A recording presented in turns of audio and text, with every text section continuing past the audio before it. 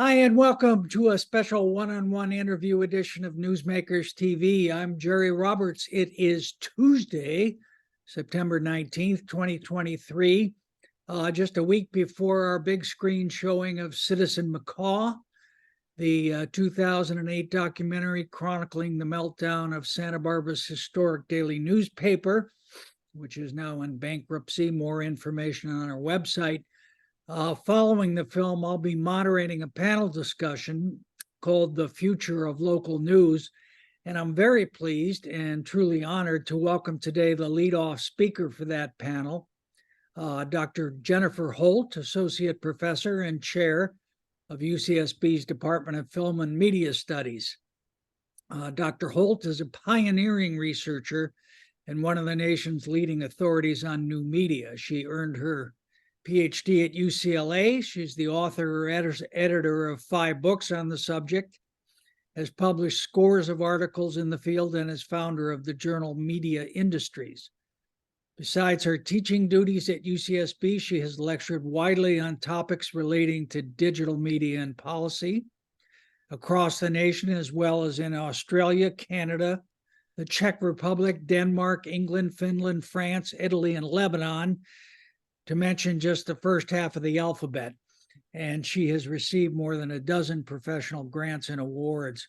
Jennifer, thank you so much for joining me today. I appreciate it greatly. Thanks for having me, and thanks for such a nice introduction. Oh, well deserved. Hey, before we dive into the subject of digital media and how it's changed everything in the world, I just wanted to ask you a little bit about your origin story. Can you give us a little of your personal journey, how you started out, how you came to be where you are? Sure. I think in another life, I would have been a lawyer. And so I grew up among lawyers, and I was always taught to think like a lawyer, and the law always fascinated me. And so did film and media content.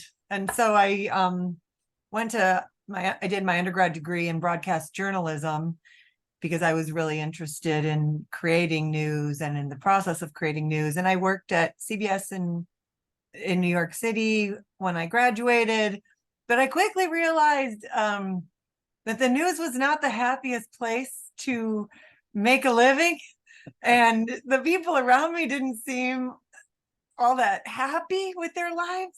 And so I was still hungry to, keep learning and talk about it and teach. And so I realized you can actually get a degree in the critical studies of media, which I went down to UT Austin to do my master's, and did a bunch of freelance work in the, before and after my PhD, or before and after my master's, and then did a PhD at UT Austin or UCLA in film and media studies, and was lucky enough to stay in California and keep doing what I was doing. And my interest really started to become about questions of power and political economy and how the industry worked, and which necessarily includes the law and policy that, in which these industries kind of are swirling all the time. Yeah. And so that's what I wrote. Wrote my first book on the consolidation of the media industries. It's called Empires of Entertainment, and it looked at how that process took place beginning really in the 1980s. And this most recent book I just finished, which is called Cloud Policy, is kind of the digital version of that, and how the infrastructure of film and media really began. It's a long history of how policy has been operating in the spheres of pipelines and platforms and data in a way that is even more detrimental to the public than anything we ever understood with the consolidation of studios and networks. Well, one of the things that I find impressive about your writing and your career and your research, it's one thing to do this kind of work in an established field, but it's another to do what you have done, which is kind of study, synthesize, and communicate about it as it's happening, literally in real time. I mean, it's easy to forget, how quickly the internet and digital media transformed our lives. World Wide Web was only released to the public in 1993. Google in 1998, Facebook 2004. The iPhone went on the market in 2007. And so it's just the rate of change, technological, is so exponential. And you've been kind of able to track it as it's gone along, really as a new field emerged, it seems to me. It keeps things exciting. It really does. There's so much happening. There's no time to get bored and to keep. I had a wise mentor who, really cautioned me against historicizing the present, because he said, you can't tell what is happening while you're in it. And that was largely true. It does take some time to step back and get a higher level view of the transformations that are taking place. So in the 90s, when I was writing about it, he really didn't want me writing about the 90s. He wanted me to keep going back. And so that kind of instruction has helped me really think historically. And so the way I think about pipelines and platforms and data is historically. And I went back to, the telegraph to understand how the internet is operating, and looking at very early reckonings with data in the 1960s with the government, to understand how we got here now. And so if you kind of keep looking back, there's a lot of information that helps you understand the present. Yeah, well, the fact that you can't understand it when you're in it certainly explains the unhappiness of people in the news spaces and why you were unhappy with it. Well, look, let's talk about some of those notions that you just laid out. Your new book is called Cloud Policy, and in it you talk about a lot of the systemic economic issues raised by digital media. And I just, you note that since 1998, Google, Amazon, Apple, and Facebook have collectively purchased more than 500 companies without a single acquisition blocked by the U.S. regulatory agencies. It's kind of like modern day robber barons or Yes. economic royalists, which is another example that you cite. Talk a little bit about the power that these tech platforms have. I mean, it's stunning. Their business models are based on extracting our data for their personal profit. And in the same way that it's hard to understand history while you're living through it, it's hard to understand how destructive these business models are to our citizenry, to our democracy, to our ability to retain our rights to privacy while you're using their services and their platforms. And you and I have talked a bit about, the younger generation and the need to engage them in this fight moving forward. It's very hard to convince younger people that these digital tools are a big problem, because they grew up using them and enjoying their conveniences. But these conveniences represent a destruction of all kinds of fundamental rights that we once were able to retain, but now that they control so many fundamental aspects of life, of communication, of banking, of news, of ways in which we get our daily services, email, the thing that's blinking on my screen right now. All of that is provided by a tiny handful of companies that have amassed a level of power, like you say, that brings us back now to basically a digital gilded age. Yeah. And they are the new robber barons, and we are all here making them richer. Yeah, and it's sort of like the frog or the boiling in water. It just kind of happens and we Yes. don't really notice it. You do note that there was a special congressional committee, I think in 2021, that kind of took a pass or tried to get a handle on this. And you said the committee argued that these platforms serve as gatekeepers over key channels of distribution and control the infrastructure of the digital age, along with access to markets, utilize surveillance and their data advantage to limit, buy out, cut off, and destroy their competition and abuse their position as intermediaries to entrench and expand their dominance. And it goes on.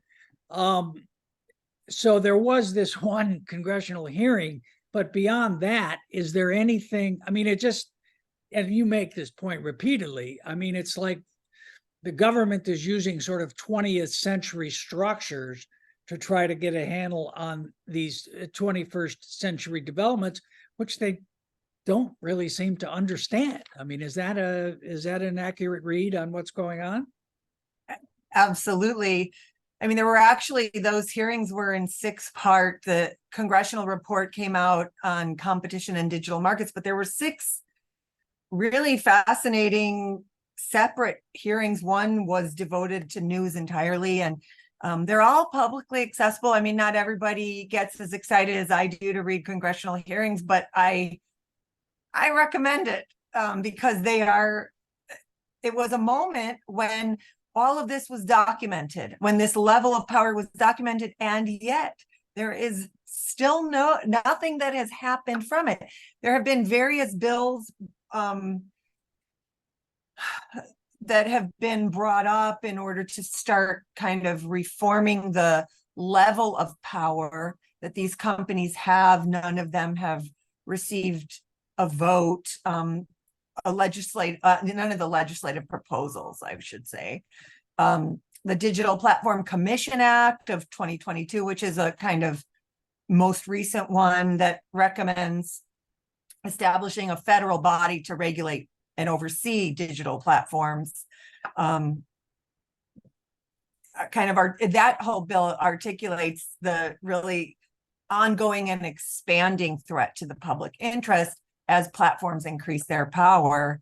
But none of them have gone anywhere. And yeah, so what about this I guess it's an antitrust suit against Google that's just started now.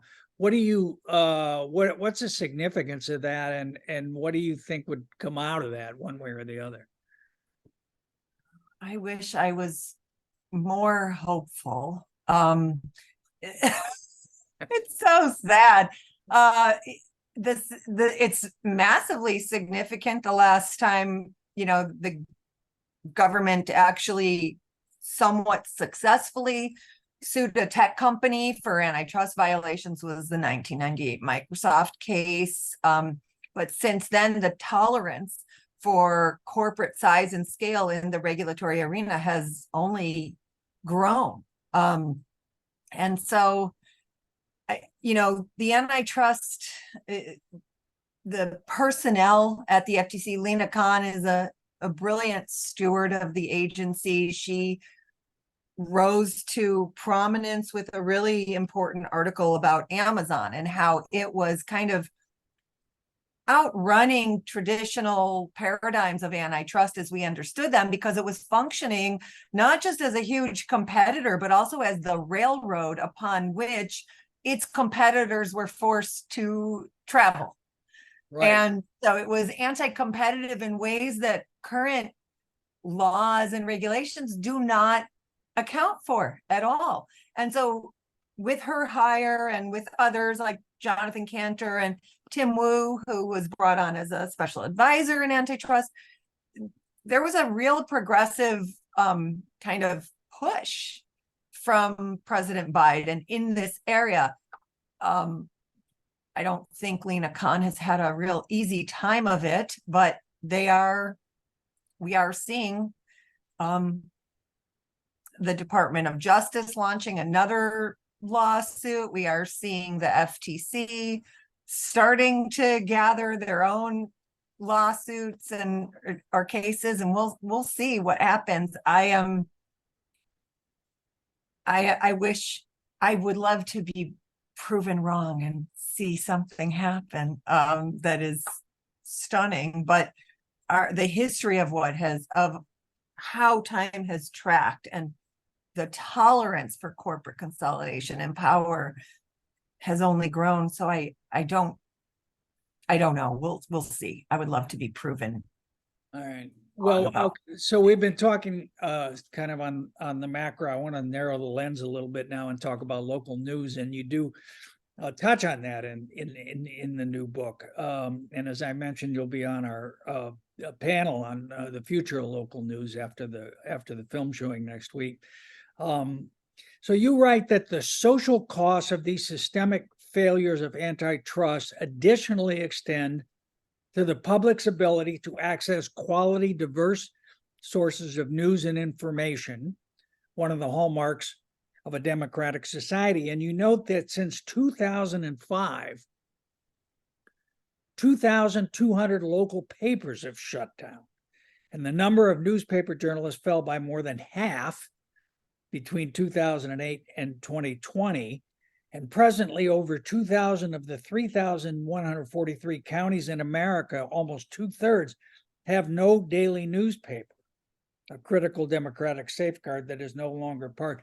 Talk about how this massive corporate and monopoly power by a few companies has brought that, or at least helped to bring that about, the news desert that is America, particularly local news. Sure. The first big piece of this kind of perfect storm is the business model that Google and Facebook really represent, which is targeted advertising. And we don't think about it that way, because when you think of Google, regular people kind of think, oh, Gmail, or I love Google Maps, or all of the different services they provide, which are major conveniences, or Facebook, which is a platform for connecting with old friends.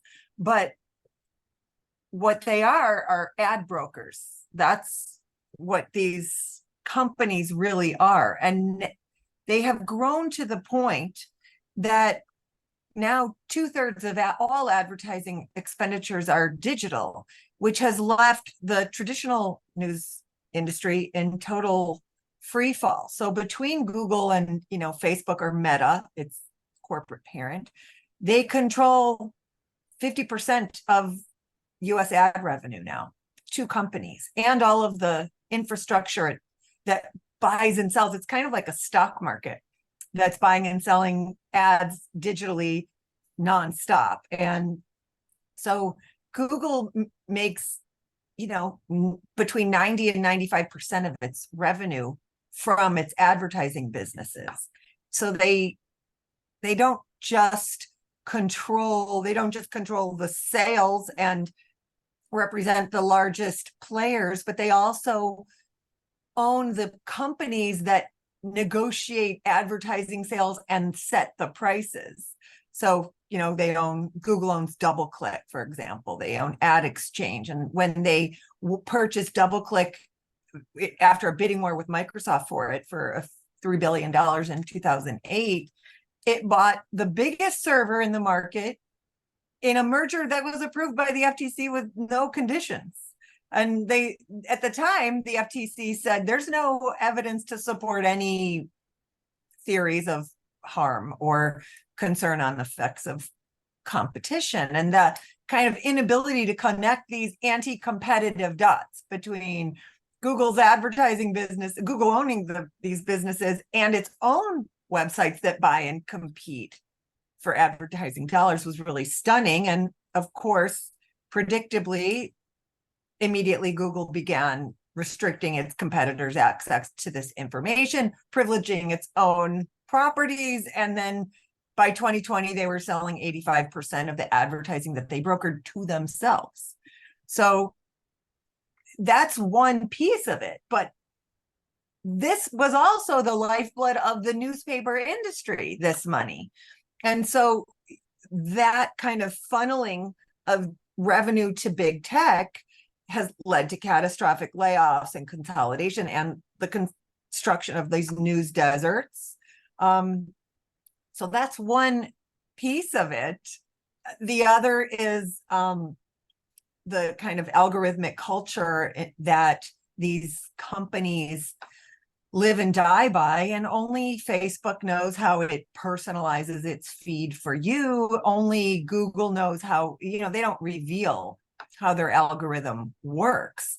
But what they do is, as whistleblowers have already told us, they choose profit over the public interest every day. And so these algorithms kind of leverage attention for advertising revenue, and they are a very destructive dimension of what's happening in digital media now. So another third piece of it, I would have to say, is the issue of disinformation and fake news. That's another part of it, because that's really built to exploit first the diminishing power of news organizations and the news industry, and a kind of loss of trust. And at the same time, there was a lot of publicity around like Macedonian teens during the 2016 election who were the prime creators of fake news during that election. And they were just looking to make fast money in a town that was devastated economically. They didn't care who won. They just wanted to make money, right? And they learned that in order to have people click, you have to have inflammatory, right, crazy headlines. Pope endorses Donald Trump. Yeah. Yes. Hillary Clinton dying soon. Yeah, all of those. Exactly. And so they learned who clicked more, on what types of headlines. And it was incredibly catastrophic for the kind of circulation of facts. This is when we, the era of the term alternative facts, and the idea of disinformation, which is now shared widely. The most, I think there was a study from Dartmouth that showed something like 85% of people said they believed the fake news stories that they saw. Most people don't, take critical media literacy classes. They are not equipped to, discern what is real and what is fake. Right. It's a lot of work to do. Right. And the problem would be bad enough on the natural, but then when you have one of our two major political parties led by a guy who, lies as he breathes and is set out to convince people that, the sky is red and up is down and so on, it really compounds it. I want to back up a little bit to the sort of how news deserts came about. I mean, I remember, being a newsroom leader in 1995 and my boss saying, "Hey, we got this new thing called the internet." And of course, newspaper executives have been blamed, and I think properly so, for kind of not getting it. But, again, when you're in the middle of it, you don't see what's happening. And so, you have this production imperative to get the newspaper out every night. Oh, our deadline's at 12, and you kind of don't see that what's going on in real time. And this is just another toy to put the newspaper out. And that model was, I think,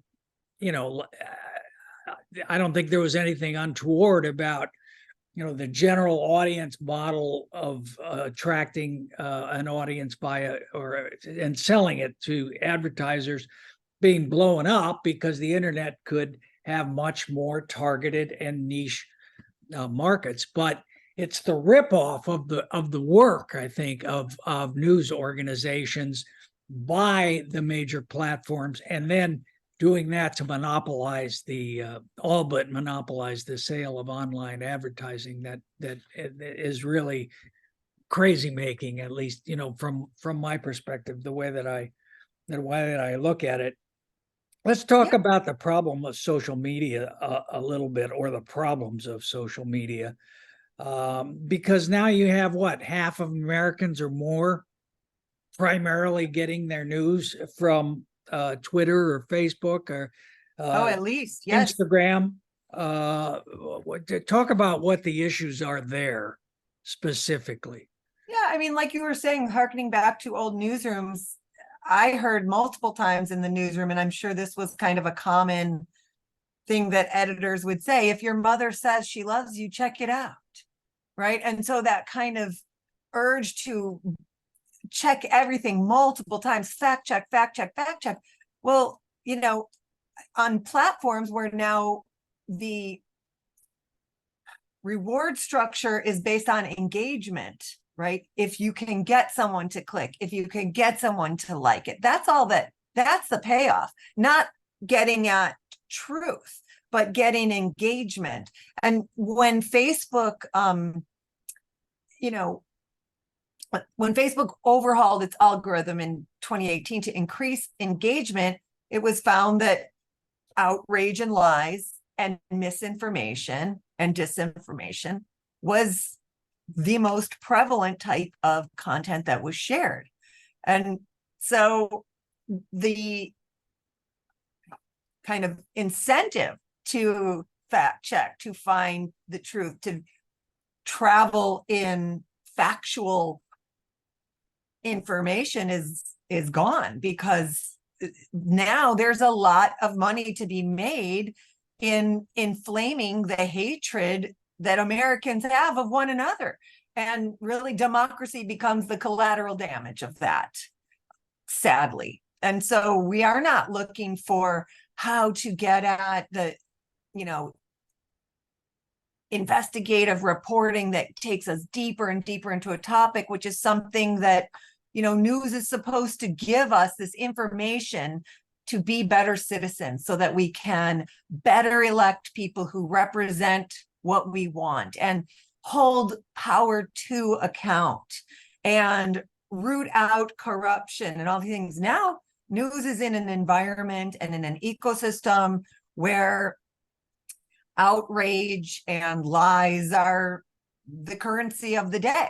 Yeah, because the best way to get engagement is with these negative emotions that you reference, and it injects this toxicity into our body politic, and I think has led to this phenomenon known as negative partisanship, where you're less interested in what my team is going to do as you are in hating the other team. As long as it screws the other guy, that's really what I'm looking for. And unfortunately, that's the situation we're in.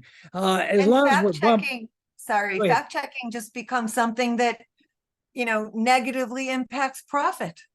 Yes. And so that's where we are now, which is listen, before we finish bumming everybody out, I do want to add another tangential point that you mentioned here on the local news front, which is about half of daily newspapers now controlled by financial firms such as a Vulture hedge fund, Alden Global Capital, which owns about 200 papers. And what do? They gut the newsroom staff, treat newspapers like any other commodity, which of course, among other things, lowers the quality of the information that they're able to put out. So the ascendance of the platform power alongside the evisceration of the news industry, as you say, is a double blow for the democratic citizenry. Well, with all this happy talk, let